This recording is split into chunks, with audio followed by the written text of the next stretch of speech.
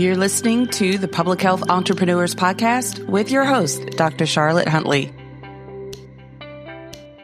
You're bringing good revenue into your business working alone, but you're also working 70-hour weeks and you haven't taken a real vacation in 2 years. Sound familiar? For established entrepreneurs who have already proven their business concept and achieved initial success, the question shifts from, can I make this work, to how do I take this to the next level? Let's talk about solo entrepreneur versus building a team, scaling your business, in other words.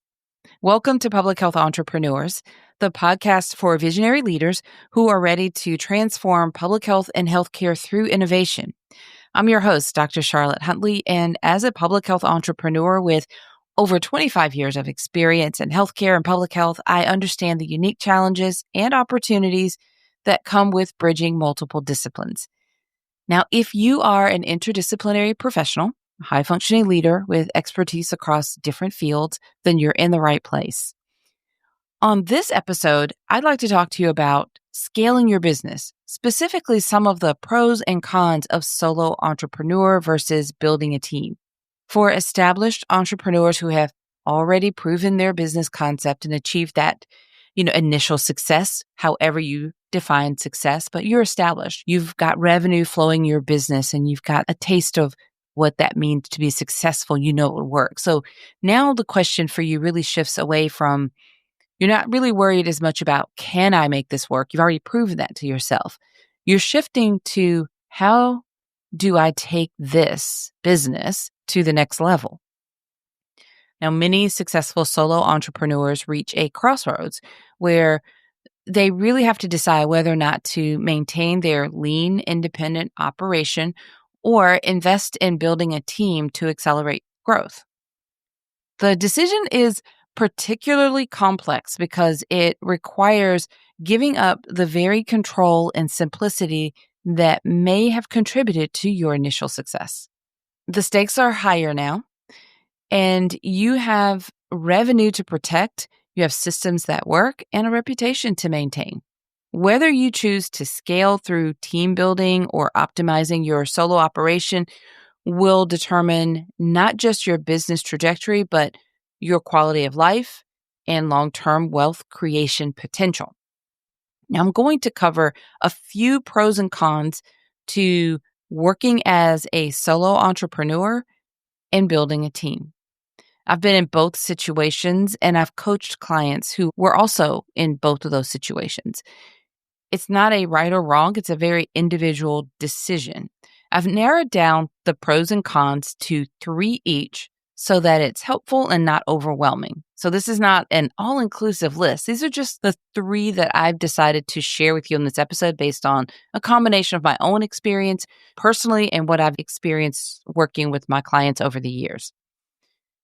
These are for your consideration, but not to make a decision for you. Of course, the decision is ultimately up to you. All right, so let's first consider solo entrepreneur, meaning it's just you and the business. Here are 3 pros. Number 1, maximum profit retention. You get to keep all revenue after expenses rather than paying salaries, benefits, contractor fees, and employment taxes. Pro number 2, complete control. You make all strategic decisions independently without managing different personalities, opinions, or competing agendas. And here's my number 3 pro tip or pro for solo entrepreneur, and that is ultimate flexibility. You work as many hours, you pivot instantly, or pause operations without coordinating schedules or managing workforce disruptions. Now let's switch and talk about 3 cons to the solo entrepreneur role. Number 1, severe capacity constraints. You are limited by your personal bandwidth, preventing you from pursuing multiple opportunities or scaling operations.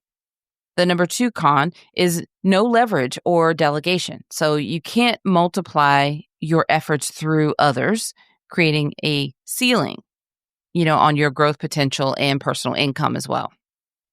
And here's the 3rd con, business continuity risks.